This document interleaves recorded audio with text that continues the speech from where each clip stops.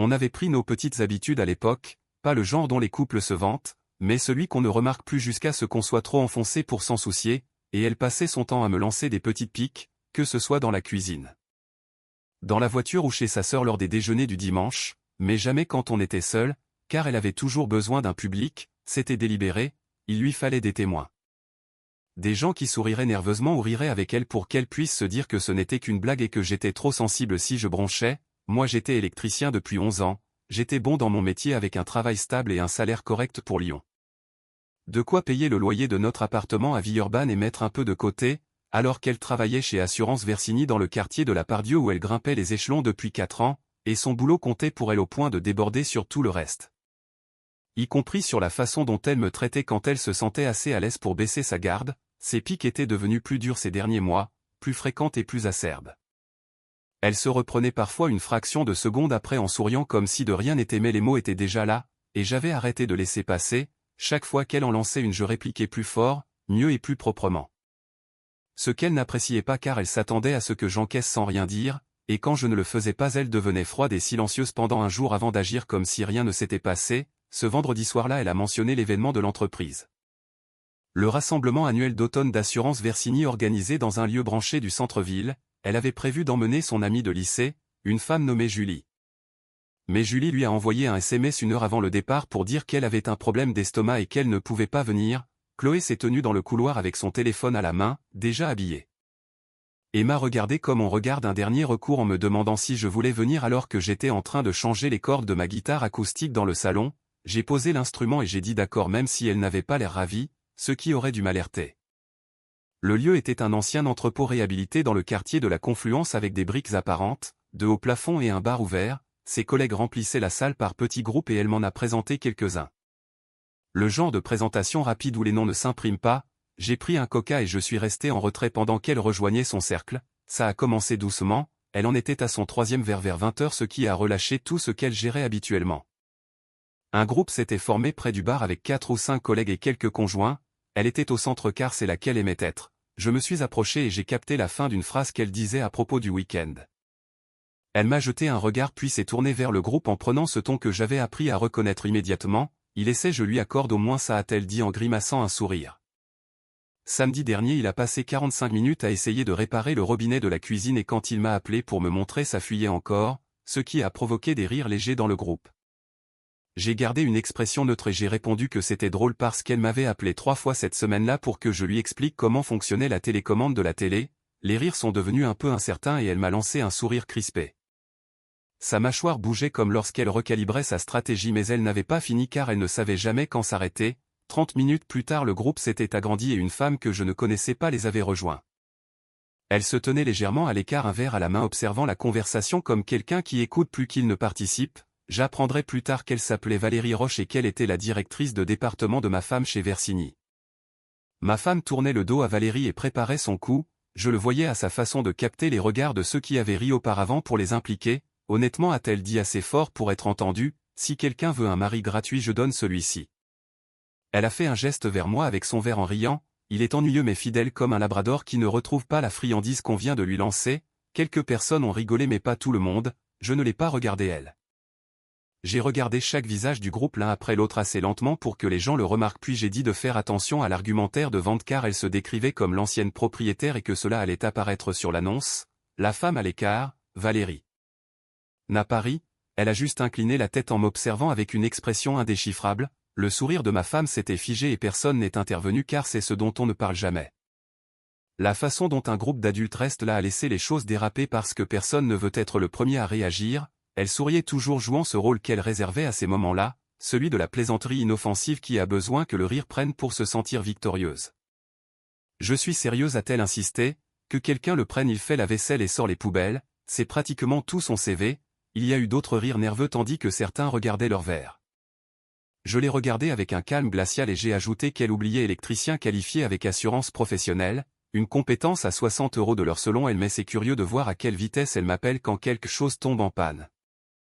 Elle a ri mais c'était un rire plus court cette fois et c'est là que Valérie a pris la parole, elle n'avait pas bougé de sa place en lisière du groupe, elle avait toujours son verre en main et la même expression posée, elle ne jouait pas la comédie. Elle a juste dit de façon directe et calme sur un ton qui a fait taire tout le cercle que elle le prenait et elle a demandé si demain ça fonctionnait. Il y a eu 3 secondes de silence complet, ma femme s'est retournée et n'a réalisé que Valérie était là qu'à ce moment précis. Son visage a changé de couleur d'une manière qu'elle ne pouvait pas contrôler, elle a ouvert la bouche puis a forcé un rire en essayant de rattraper le coup en disant que c'était une blague évidemment bien qu'il soit utile pour certaines choses comme la vaisselle mais qu'il fallait qu'il gère mieux. La litière du chat, Valérie n'a pas souri, elle l'a regardé un instant puis s'est tournée vers moi en disant qu'il semblait qu'il gérait déjà pas mal de choses en fait, le cercle était devenu totalement immobile. 3 personnes ont trouvé une raison de regarder ailleurs et un collègue nommé Antoine qui riait le plus fort tout à leur fixer maintenant le sol. Ma femme a tenté une dernière fois de retourner la situation pour la rendre légère en disant qu'elle avait encore besoin de lui car il lavait bien la vaisselle et sortait les poubelles comme personne, elle a rimé avec un temps de retard. Valérie a incliné son verre et a dit qu'à ce stade elle dirait qu'il mérite un bon massage plutôt qu'une nouvelle liste de corvées et qu'il se trouvait qu'elle en donnait de très bons et qu'elle pensait qu'il apprécierait, aucun rire, rien. Juste le bruit ambiant du reste de la fête à l'autre bout de la pièce, ma femme restait là avec son verre sans savoir où se mettre, la blague s'était retournée contre elle et elle se retrouvait du mauvais côté devant ses collègues et sa patronne sans aucune issue. J'ai regardé Valérie qui me regardait déjà et j'ai dit que j'appréciais l'offre car les derniers mois avaient été longs. Valérie a hoché la tête comme si cela confirmait quelque chose qu'elle avait déjà compris, ma femme a posé son verre sur la première surface venue et a sorti son téléphone. Je voyais son calme s'effriter, la mâchoire serrée et les yeux mobiles, elle a tapé un message puis m'a regardé avec cette expression que je connaissais, celle qui signifiait qu'on allait avoir une explication, mais j'en avais fini avec ces explications.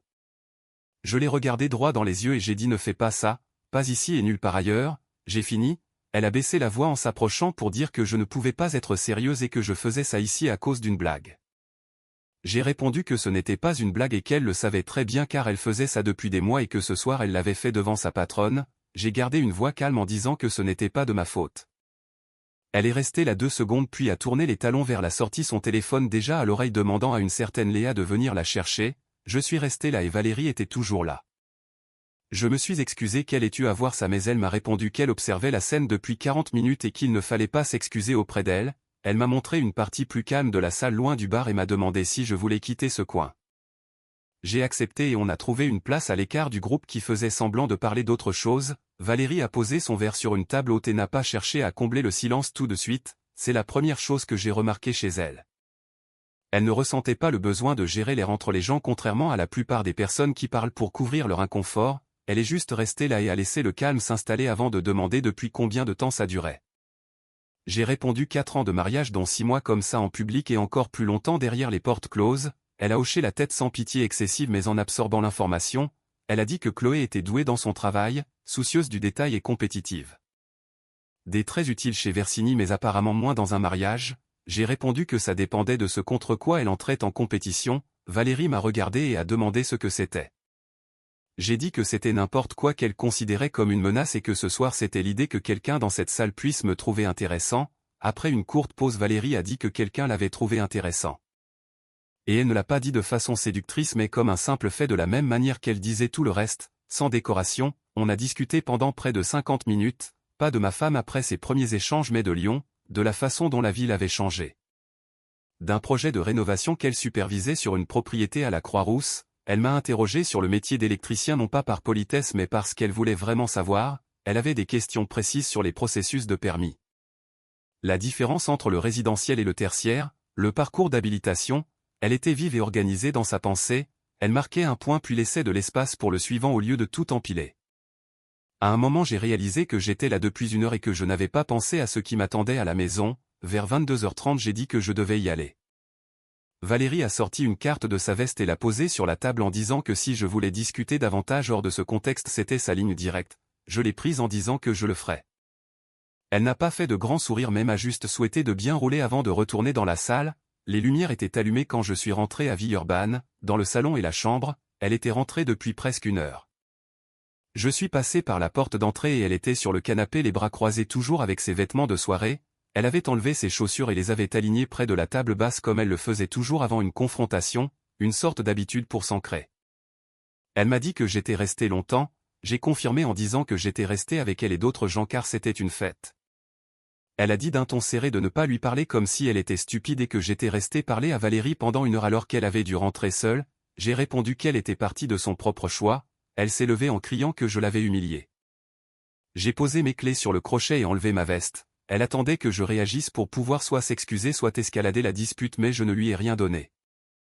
J'ai dit que ce qui s'était passé ce soir était ce qui arrivait chaque fois qu'elle faisait ça devant des gens et que la seule différence était que ce soir c'était revenu vers elle plus vite que d'habitude, elle a prétendu qu'elle plaisantait et que je le savais.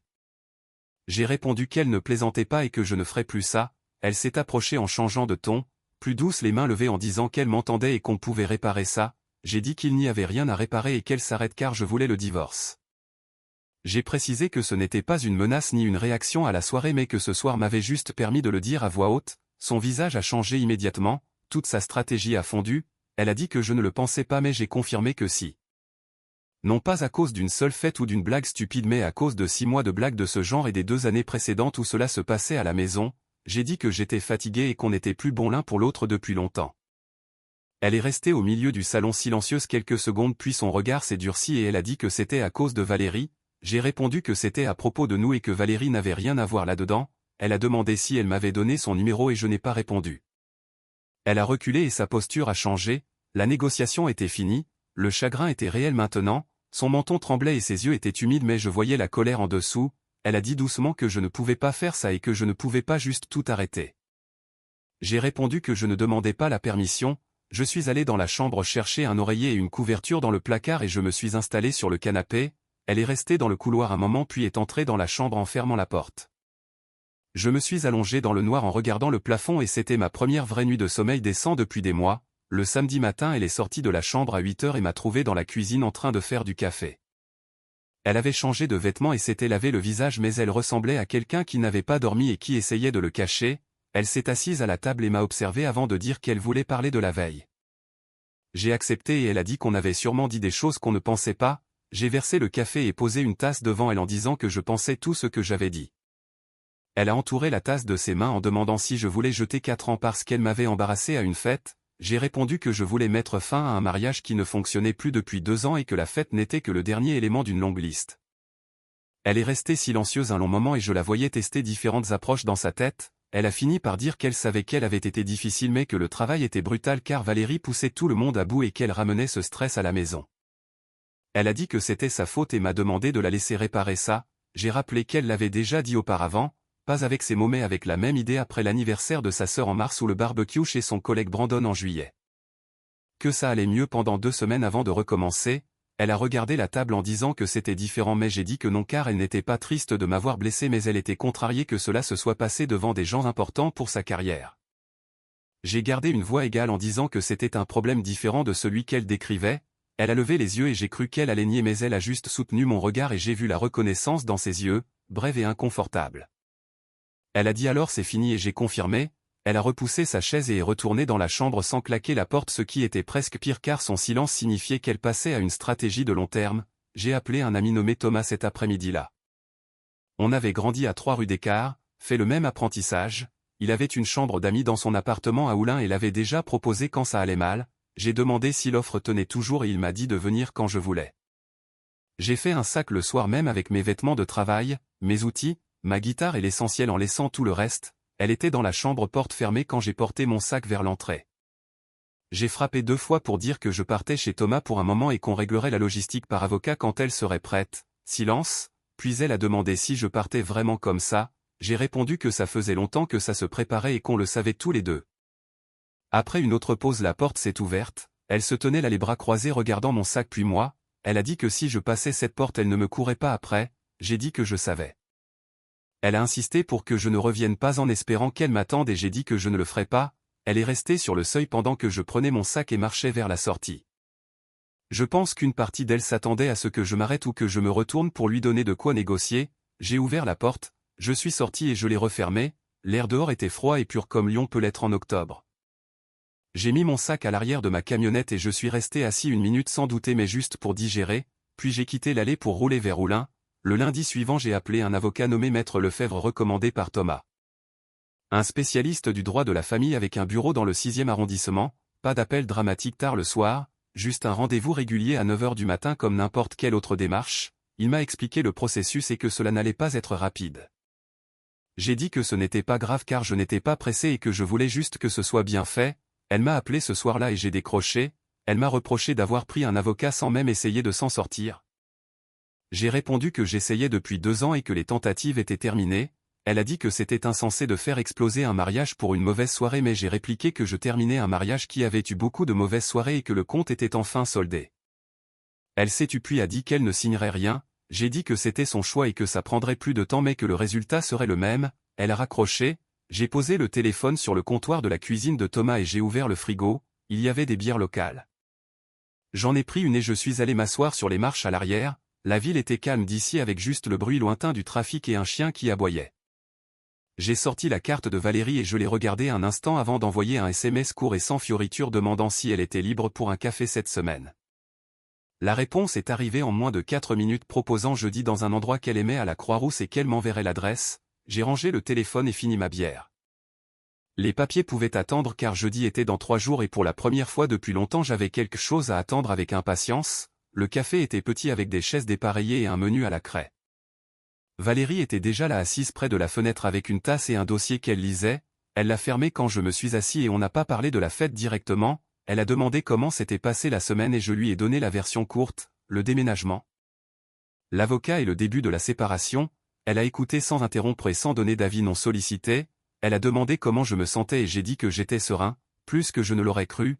Elle a dit que cela signifiait que la décision était prise depuis longtemps dans ma tête.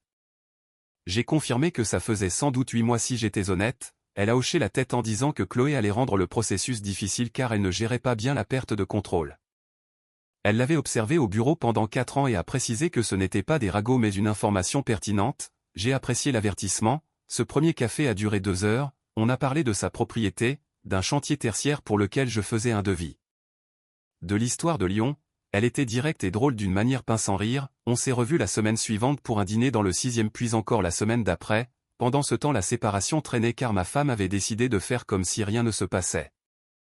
Elle n'a pas répondu au courrier de Maître Lefebvre pendant 3 semaines puis l'a finalement fait via son propre avocat proposant une thérapie de couple comme préalable, une tactique de retardement classique selon Lefebvre. On a répondu que la procédure continuerait quoi qu'il arrive. Elle m'a appelé 6 fois le premier mois et j'ai répondu 2 fois. Les conversations suivaient le même schéma commençant par la colère puis les supplications avant de revenir à la colère. Le deuxième appel s'est terminé par elle me disant qu'elle avait tout raconté à sa mère et que celle-ci pensait que je faisais une crise. J'ai dit de saluer sa mère et j'ai raccroché. Les appels suivants je les ai laissés aller sur la messagerie avant de les supprimer. Au 2e mois elle a changé de stratégie avec des messages plus calmes et réfléchis. Elle n'était plus dans la rage mais présentait des arguments. Dans un message elle disait avoir compris pourquoi elle agissait ainsi. Qu'elle avait eu peur que je ne l'aime plus et que ses blagues en public étaient un moyen de me rabaisser avant que je ne puisse le faire. C'était la chose la plus lucide qu'elle ait dite en 4 ans mais j'ai appelé Lefebvre pour lui dire de continuer car comprendre pourquoi on a fait du mal ne l'efface pas. Valérie et moi nous voyons depuis 6 semaines quand elle a abordé les choses clairement. On était chez elle à la Croix-Rousse dans un canut rénové avec des lignes épurées et de vraies bibliothèques. Elle a dit vouloir être claire sur ce qu'on vivait non pas pour définir les choses prématurément mais pour qu'on ait les mêmes informations. Elle a dit qu'elle n'était pas intéressée par quelque chose de passager mais qu'elle ne voulait pas non plus se précipiter. J'ai répondu que je n'allais nulle part.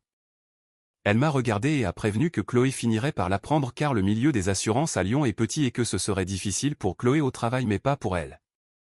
Elle a ajouté qu'elle n'allait pas organiser sa vie en fonction de la réaction de Chloé et j'ai dit que je ne lui demanderais jamais cela. C'était notre discussion, sans drame ni condition, juste 2 adultes honnêtes.